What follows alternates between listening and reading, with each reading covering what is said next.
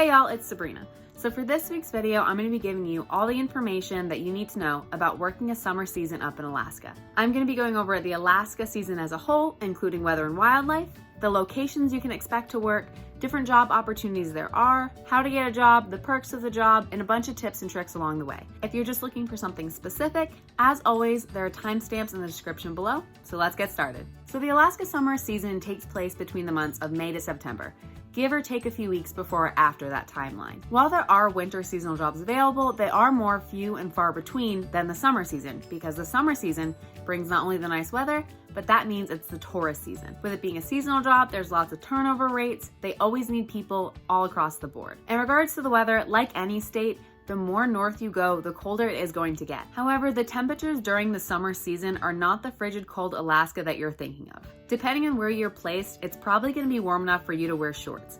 However, one thing to keep in mind is that it does rain a lot wherever you are in Alaska during the summer season. So it's good for you to bring gear in order for you to be prepared for that. Now, if you're planning to go there because your goal is to see the Northern Lights, I do have some disappointing news for you. The Northern Lights more prominently take place during the winter season, because during the summer season, it's mostly daylight. During the summer, you're only gonna see darkness between 3 and 5 a.m. for the most part. This is called the midnight sun. As your summer goes on and the closer to September and the winter season that you get, those hours of darkness will start to expand. But for the majority of your time in Alaska during the summer, it is going to be daylight all the time. Now, this can definitely mess with your body. Personally, while living a summer in Alaska, I never knew when to go to sleep. Because it was sunny outside, my body thought that I should be up and I should be doing things. I super recommend that when you are packing for a summer in Alaska, definitely bring one of those eye masks or something to put over your eyes for when it's time to go to sleep. Especially if you're living in a tent or a cabin that doesn't have blackout shutters, it can get really frustrating trying to fall asleep if you're someone who needs darkness to do so. Now, Alaska itself does have a lot of diverse wildlife. No matter where you go in Alaska, you are bound to run into some type of wildlife. It's gonna cross your path eventually. There are a lot of different animals out there, and some you may have never seen before depending where you're from or where you live. Of course, this is everything from bear and moose to whales and puffins. The biggest note to take from that is just make sure you know about the type of wildlife that surrounds your working environment, your living environment, or any of the places that you are going to explore. Know what types of wildlife and how to act around them. For example, there are bears up in Alaska, but not every bear you come across, you're gonna act the same way. So figure out the type of animals that are around you, how to take the proper safety precautions,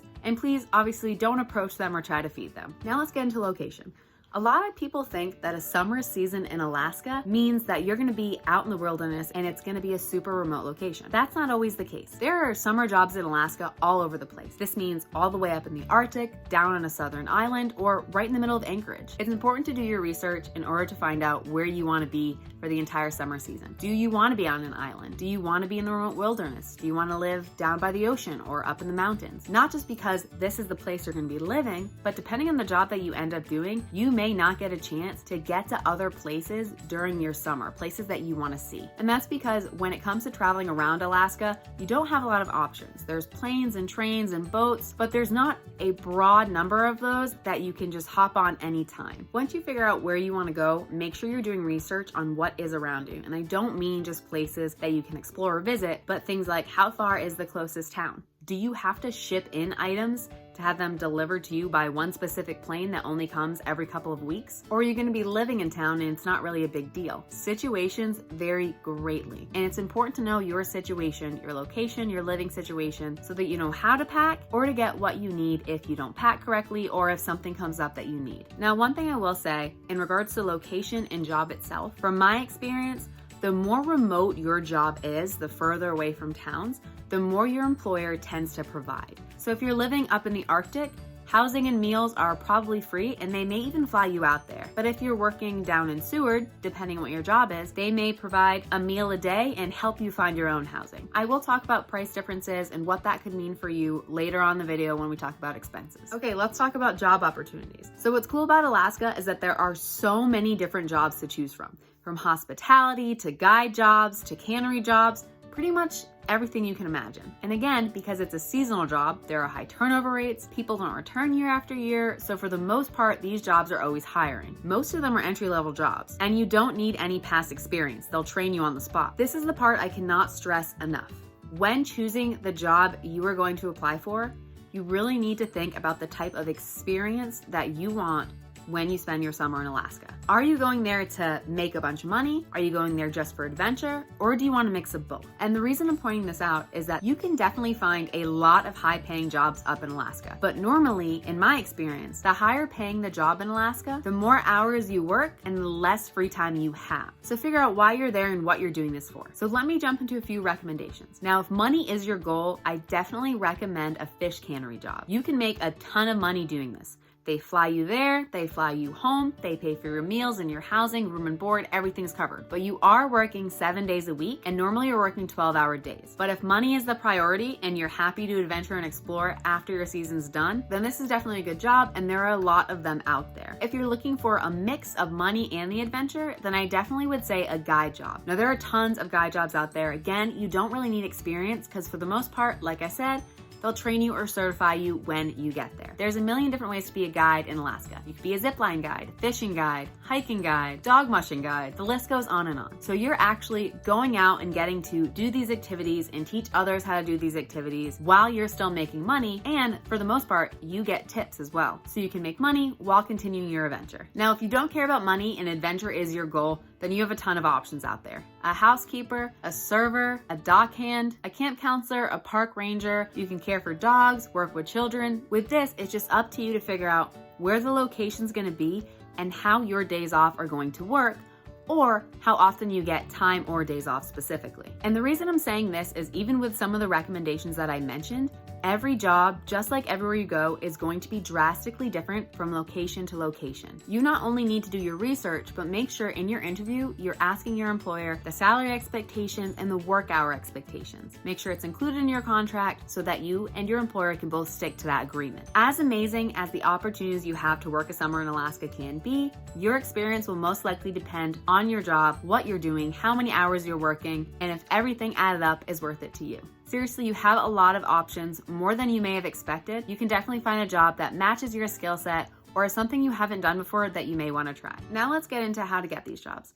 I mentioned before that the normal summer season is between May and September. Some employers do work through the winter season, and therefore they are continuously hiring all the time. I've seen postings for jobs for the summer season in Alaska as early as January and February. I will say, if there is a job that you really want, I definitely recommend you apply early. However, if you're not sure if you have that time commitment yet, or you're not sure what your summer is going to be like, there will most likely be opportunities later down the line, but the closer you get to the summer season, it kind of just leaves it up to chance. I was lucky enough to get my job 2 weeks before I actually ended up showing up, but that was because the people that normally go to that job weren't able to do it that season. So like anything, the longer that you put it off, the less likely of a chance you'll be able to get that specific position, but you never know, so just keep checking. Now, where exactly can you find these job postings? Personally, I always vouch for Coolworks. I love that website, I'm always on it, but if you want some more different websites, you can check out my video on the 10 different websites to find seasonal jobs. Once you find the job, you've done your research, you know it's a job you want to do, see what is required for that job. Make sure you are the right age for that job, you have the background or necessary skills for that job, and then see what requirements they have. Maybe you need a food handler's card, or maybe you need a wilderness first aid certificate. As I said earlier, the majority of these jobs will provide certain trainings for you. However, if they don't provide the certain certifications that you need, there are places where you can go and obtain those certificates. Now, if you find a job that you really want to do, but you don't have the qualifications or the specific skill set for it, I say still apply to that job, send an email to the employer, explain to them that you know that you don't meet specific qualifications, but you're really eager to learn and you're willing to work hard at it and it's something you want to do. Sometimes that honestly can make all the difference. And just like any job, before you apply, make sure that you tailor your resume to the specific job you are applying for. For example, if you're looking to be a camp counselor in Alaska, make sure you're tailoring your resume and showing your background working with children and youth. Don't send them a resume that has all of your background and skills in housekeeping or serving when you're looking to be a summer camp counselor. Now, if that's all you have, that's completely fine. Send them what you can, but look over it, do what you can to tailor that resume to the specific skills that their job is asking for. Now let's go over some of the expenses that you may run into while you're planning your trip or once you arrive in Alaska. Now, I already touched on the fact that depending on who you're working for or where you're located, your employers may be paying or providing a lot of expenses that you don't need to worry about. They could be providing the plane ticket to and from Alaska, they could be providing your housing,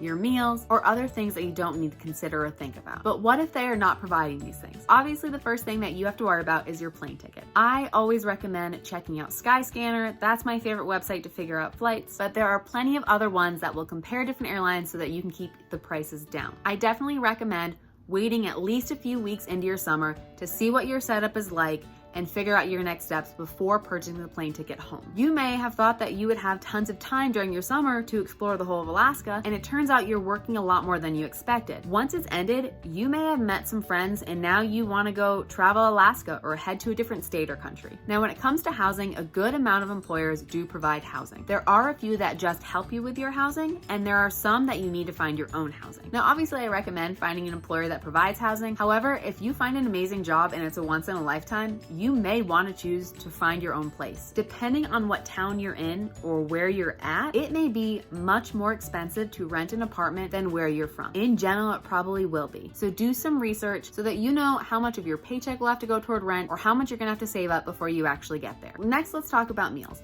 So a lot of places will provide 3 meals a day for you. Some provide snacks throughout.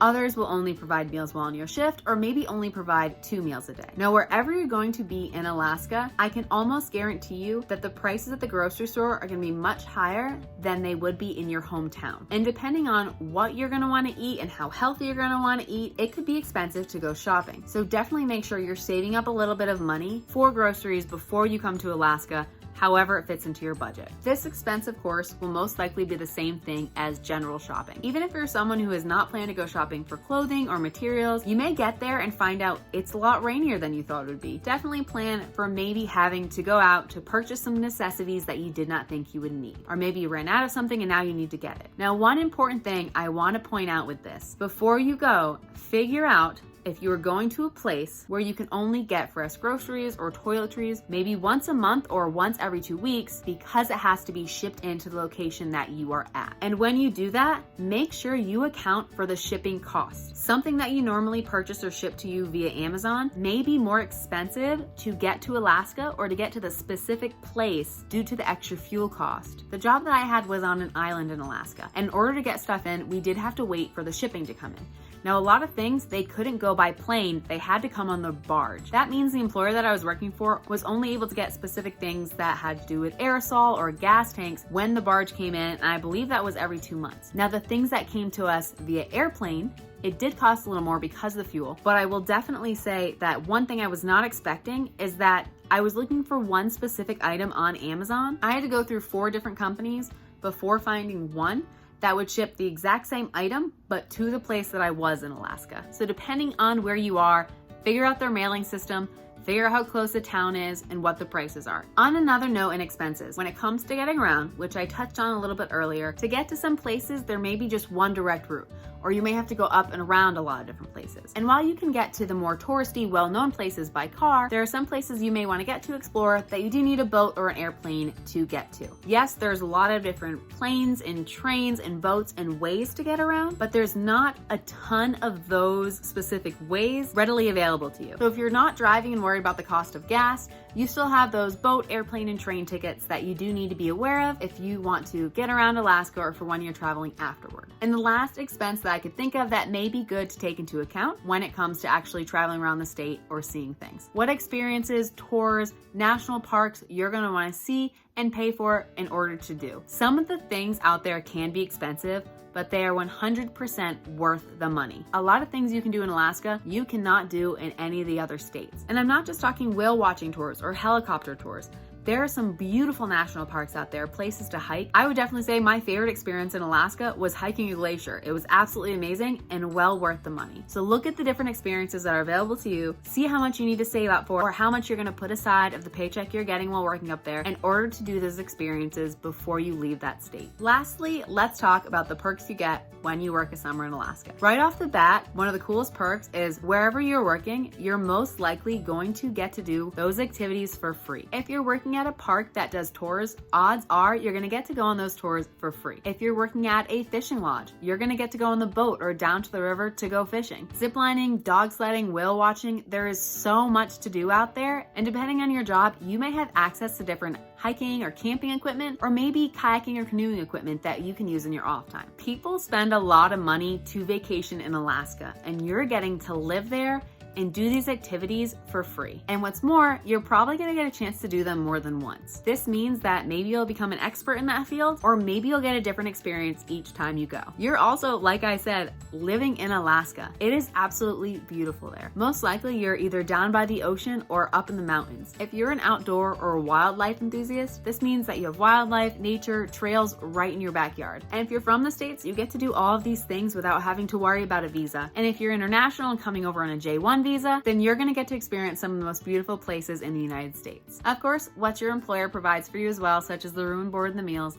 that is definitely a big perk. And you get a chance to meet people from all over the world. Not just people from the United States work a summer in Alaska. A lot of people are international. You're getting a chance to meet and work with people from all over. This could mean learning a new language, learning a new culture you really don't know much about, and all in all, making friends from all over the world. So that wraps up my video for today. If you were thinking about working a summer in Alaska, my recommendation is just do it. Do your research, figure out what you want to do, and take the leap, because I promise you, as long as you've done your research right, it's going to be worth it. If you have worked a summer in Alaska and you agree or disagree with anything I said, or just have something to add, feel free to put it down in the comments below. Hopefully I was able to give you all the information you could ask for when it comes to working a summer in Alaska, and until next time, I hope this helps.